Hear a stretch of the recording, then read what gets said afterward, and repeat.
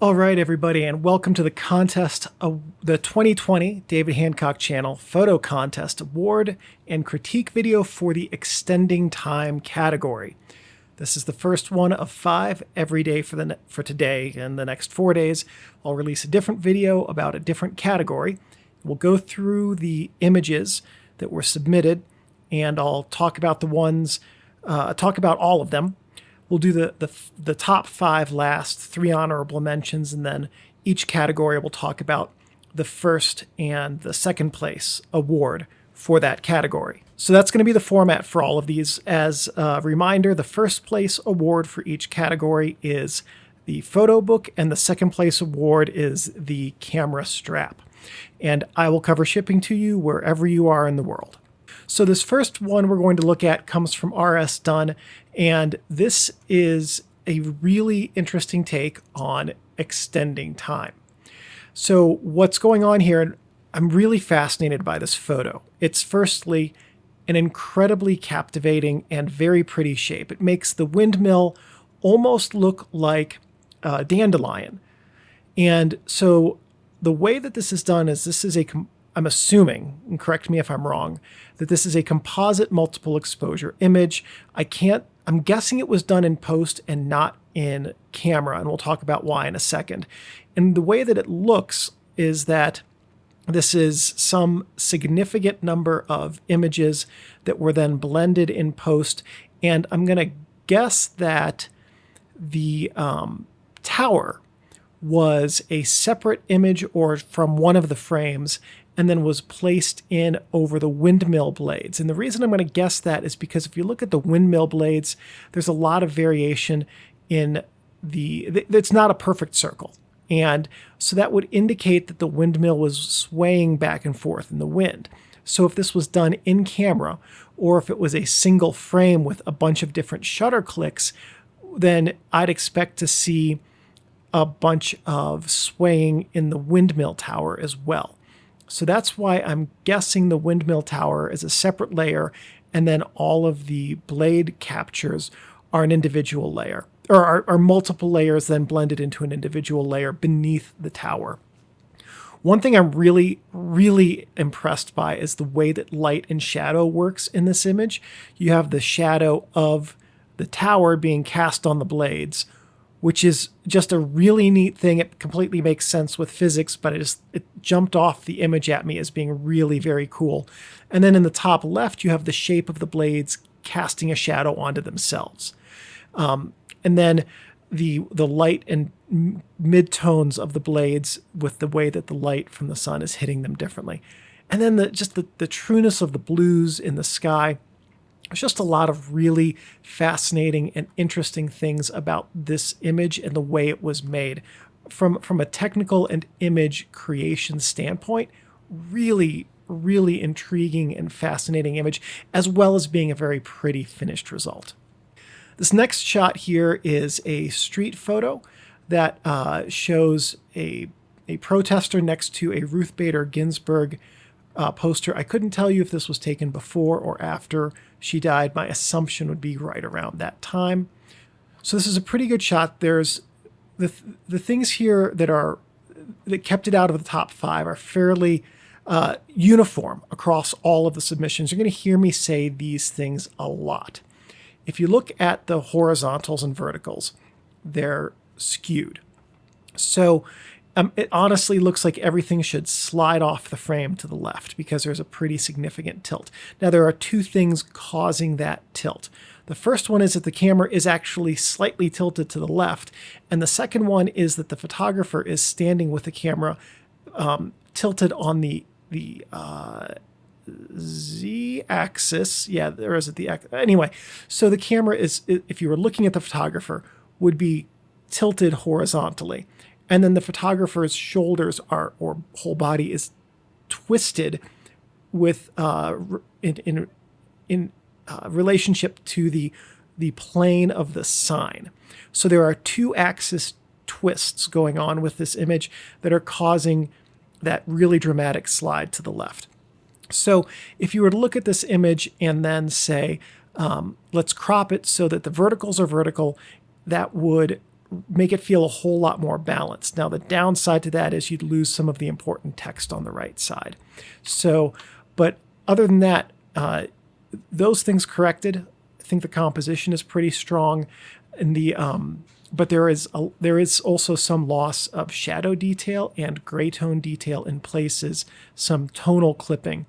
But that's a minor technical issue compared to the overall visual interest of the image, which does work. This next shot here is, I almost did an abstract category. And if there had been an abstract category, this would have been right at home there. I'm guessing this is a mountain, could be a sand dune, but it has like the texture and detail of a mountain. And so one of the things I really like about this is there's you can tell scale because it looks like there's trees down in the bottom right. Maybe they're bushes. It's really hard to get a sense of scale here. Are these clouds or is it mountain fog? I couldn't tell you. So I really like that this image has me guessing about the perspective. Steinbeck, please don't throw up. I'm going to trust you, pup. Has me really guessing about the perspective on it and the scale. And that's something that's really hard to do in photos, and I think that's achieved very well here. So this next shot is, this one, I spent a long time looking at this shot. Okay, so this is a really interesting shot of a tree with very colorful leaves and branches coming out from it. So at first glance, this is like a multiple exposure with, a dozen shots, each at a different telephoto range, but no, that's not it. If that was the case, then the tree at the center would have different magnification. It doesn't. So I think I know how this image was made. I mean, clearly it's a post-processing composite. And so my best guess is that the forest background, specifically that central tree, is one shot, and then the rest of them are multiple shots with either the zoomed out in post or done with a zoom lens in camera that are then stacked. Although the more I look at it, the more I think that maybe if that central tree was far enough away, it could all have been done in camera as a single multiple exposure. I mean, I wouldn't bet the rent money that I'm right on how it was made. The important part here is that I really like the image composition here, and I really like the use of color, and I think that this style of having things sort of zoom in toward a central location really is an interesting structure. And I also think that this does a fairly good job of meeting the extending time prompt by showing both fall and summer foliage colors. So here's an interesting one that has a really solid reflection. This is a really crisp and strong composition. Like the verticals are vertical, the horizontals are horizontal. Really good tonal range in the black and white, minimal shadow detail loss, no highlight blowout of significance. It's hard to tell that this is extending time, but the giveaway is the person and dog in the center right of the image who are blurry. And so that's the hint that this is for the extending time prompt. From a technical perspective, an exceptionally well-executed photo. From a compositional perspective, also an exceptionally well-executed photo. So this was one that I also took a great deal of enjoyment from looking at. Oh yes, this shot. This next one here was a fascinating shot that I looked at for quite a while. And when I was doing the judging for these, I created a folder called Top 5. I basically took everything that I said, yes, this could make a top 5, and dumped it in the folder. And most of the categories, that was around 7 or 8 photos. This was in the original batch. So this one I think would have been like number 6 or 7 if I were to rank all of them, because I liked what I was looking for with the extending time prompt was a way of taking that idea and moving it beyond a long exposure. And what this does in that regard is this is extending the time. This is showing an extension of the time that tree was alive. That tree is clearly dead, but its time in its location is extended. And so I think to that end, this was a dark horse candidate that was really solid in terms of the competition for this category. In terms of framing, one of the things that really works well for this framing is that everything is central. And this completely breaks the rule of thirds and all other compositional rules until you get into a set of cinema rules called the rules of halves and quadrants. And the rule of quadrants, well, I don't know if it's a rule, but when framing with quadrants, basically what you're doing is taking your frame and dividing it into two halves that overlap perpendicularly. A vertical half line and a horizontal half line. Then each half, whether it's the left and right of the frame or the top and the bottom of the frame, what's in those halves is given equal weight by the very strong dividing line that's in that half, that separates those halves.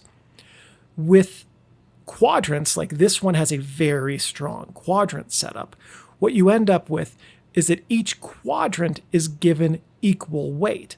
So this would have been just as well at home in the negative space category, quite frankly.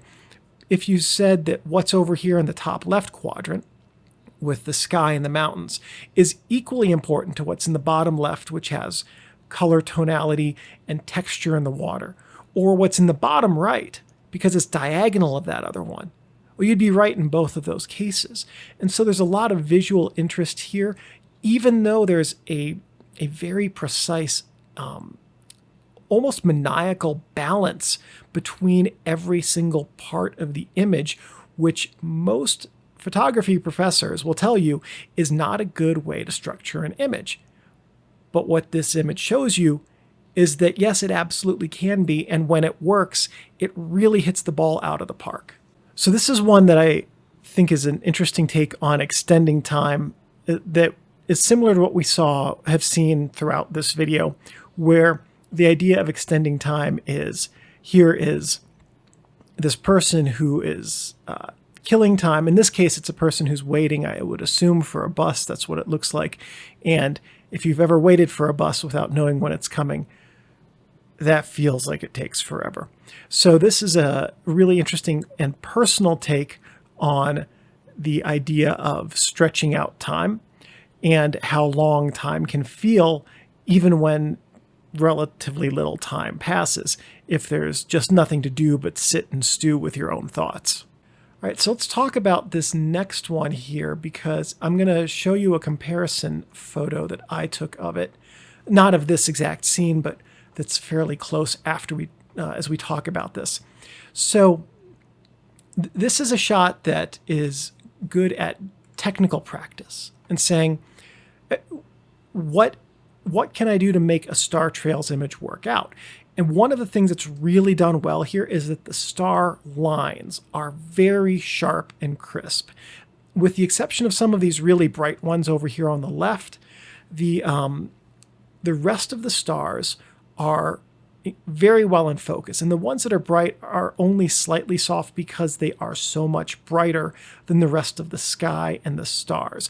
And that's a sacrifice that has to be made with star trails, because brighter stars will always be softer than dimmer stars unless you expose for the bright stars, in which case the dim stars won't show up. So, from a technical standpoint, lots of things are really going right here. Now, one thing that could have taken this image and bumped it up a notch is if we look at this comparison that I'm going to show you here that I took 2015, I think it was. It sounds right.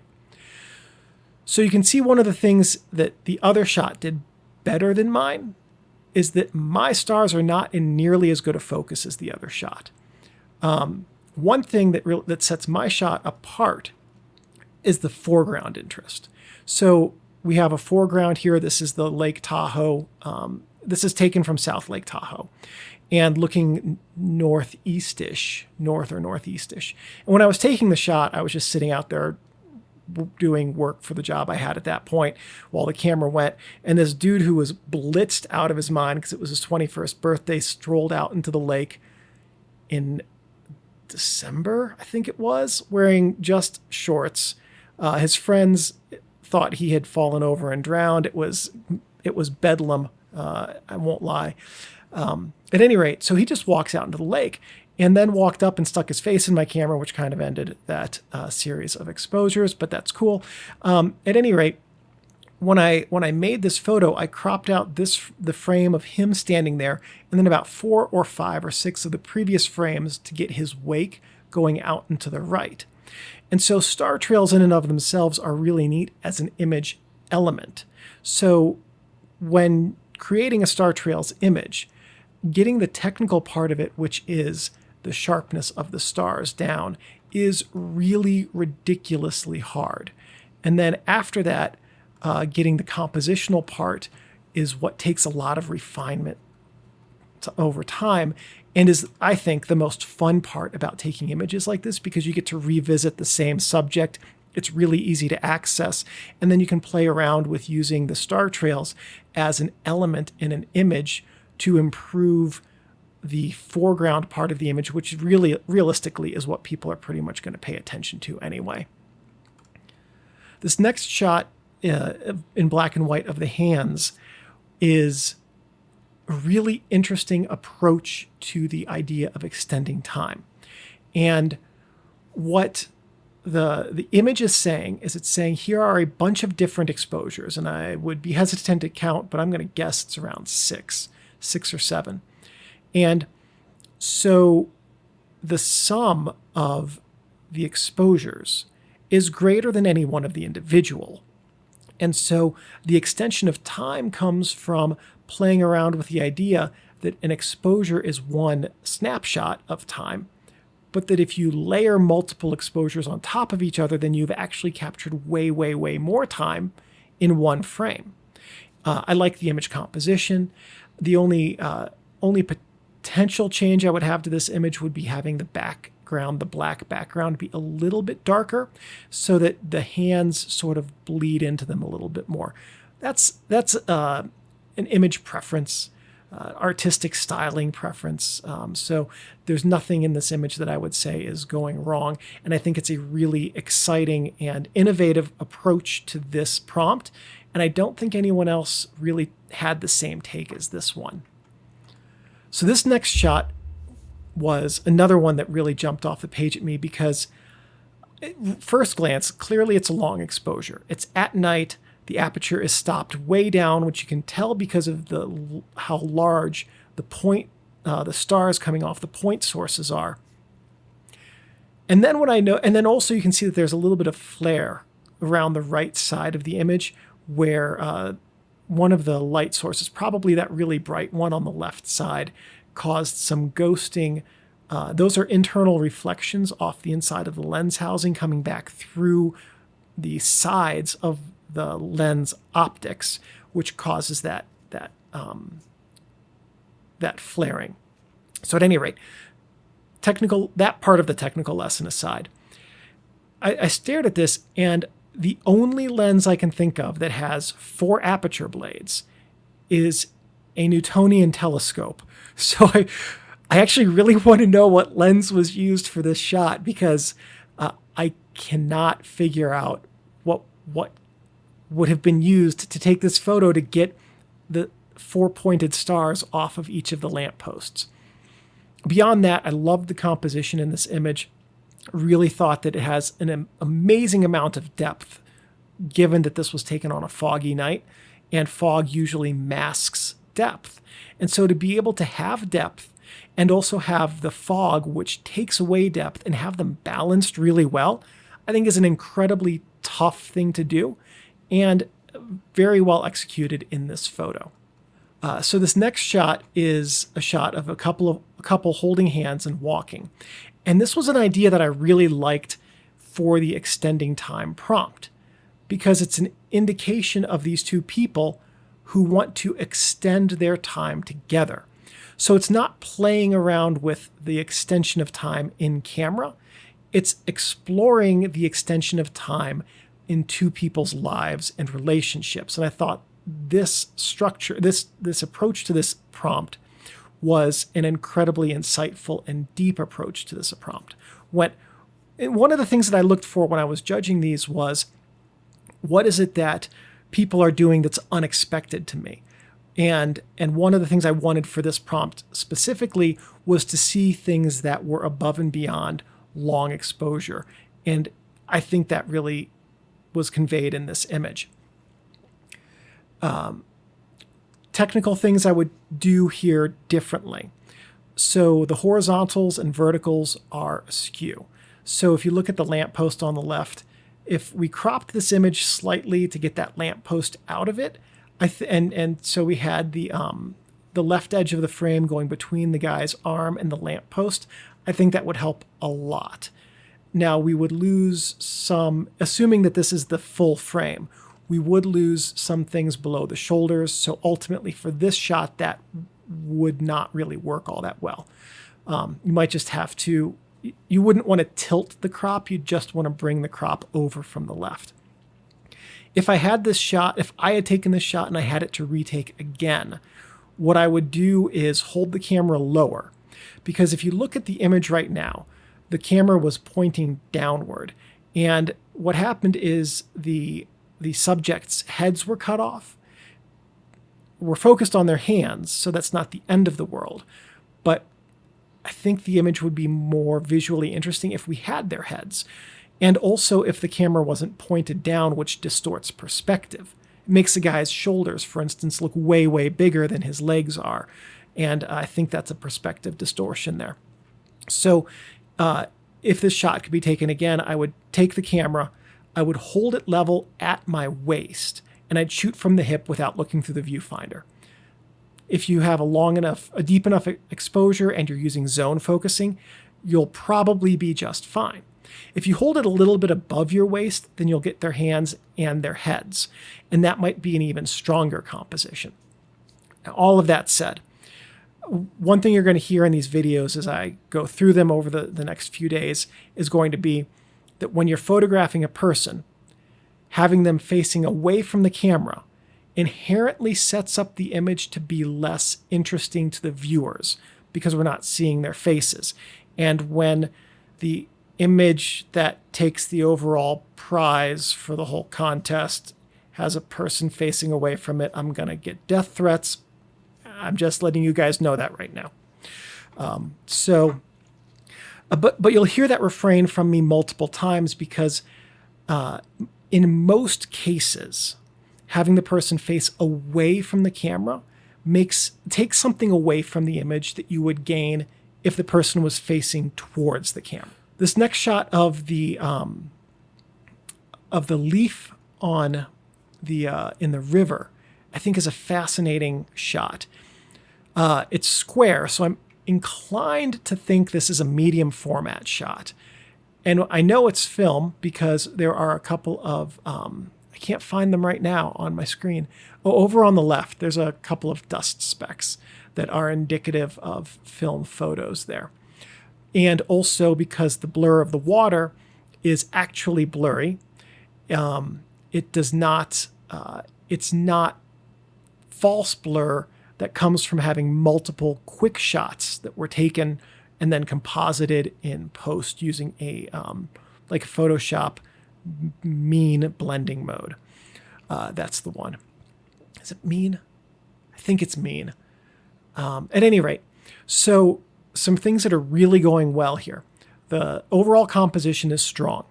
The moss on the bottom is sharp and in focus. The moss on the top has a little bit of motion blur, not the end of the world.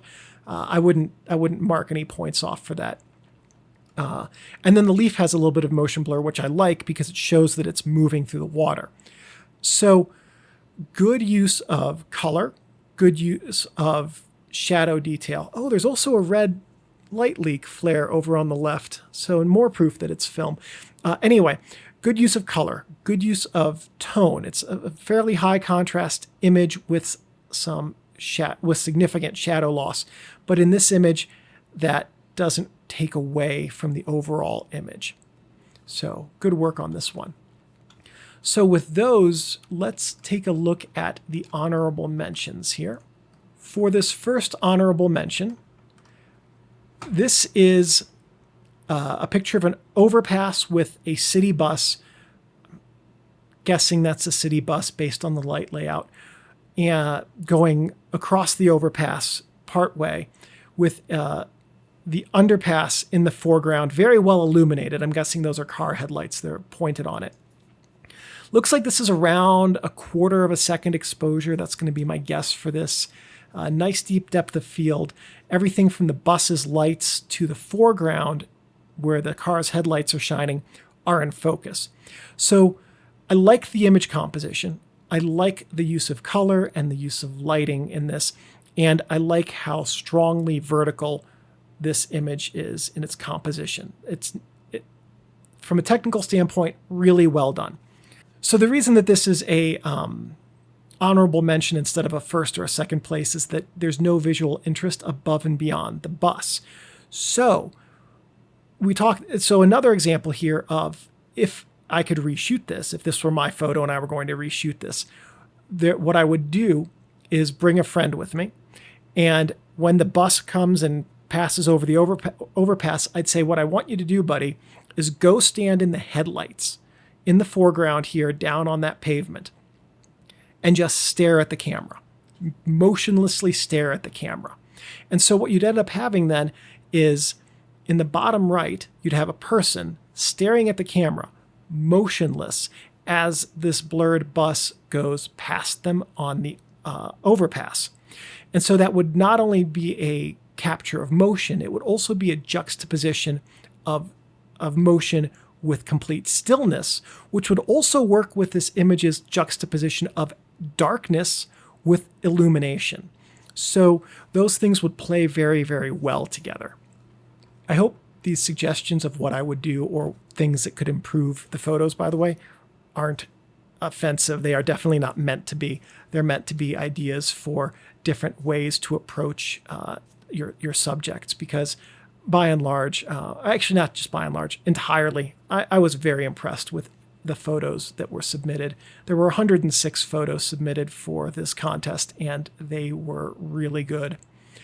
At any rate, this next shot is a picture of I-5 in Seattle. Looks like Seattle, I'm assuming. And hard to tell. I haven't been to Seattle, so I don't recognize the skyline. At any rate, it's one of the interstates up there. And it is a long enough exposure that there are no lights stopping and starting. None of the red lights and none of the white lights are starting and stopping in the image, which tells me this is, I'm going to guess this is round about a 25 to 30 second exposure, maybe longer. Everything from front to back is in focus, which means it's probably a pretty small aperture, even though there are no point source stars. So yeah, I'm going to guess pretty long exposure. Also, you can see some of the turn signals here between the red lights. Those aren't super bright. So again, probably a slightly step down. Anyway, get off of that. Image composition is pretty solid. Verticals are vertical. Good use of color. We've got red and green, which are, of course, contrasting colors. We've got a very, very bright white down on the bottom with some dark blacks there. And that contrast actually serves to push my eyes away from it. And then the angle of the red lights pulls because the lights are converging over on the left side, pulls my eyes through the frame towards that converging, which then brings them in my eyes up to these vertical buildings, all of which combine to create a natural progression for my eyes to move through the frame so that I can enjoy the entire image.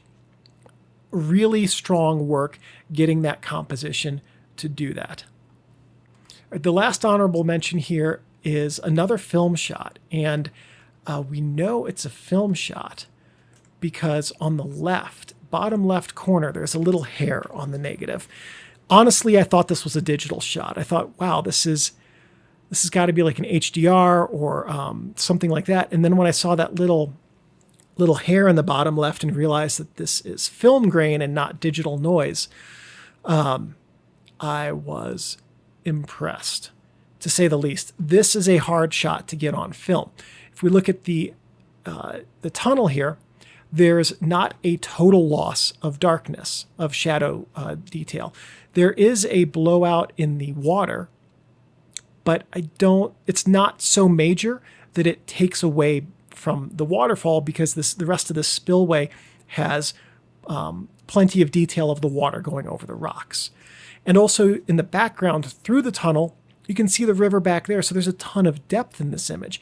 And all of that is mirrored in the rock formation of these walls, all of which converge on the tunnel. So everything is pulling the viewer's eyes into the center of this image. And because there's no escape from that center, it keeps the viewer's eyes in the image there. Really, really solid composition. From a technical perspective, absolutely fantastic work. This would have been a very hard shot to get in anything but very subdued light. Now, if you look, there are very few shadows, which indicates that this was either taken at sunset or, more likely, on a heavily overcast day. I'm going to guess heavily overcast, because there are no shadows in any direction.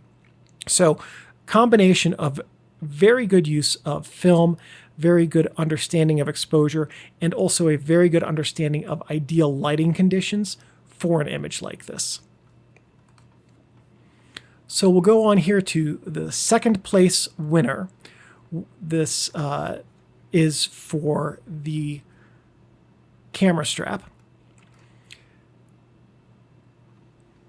This photo stood out from the moment I saw it. And it's such a strange and bizarre photo, and I'll show you guys what I'm seeing in this. What do you see?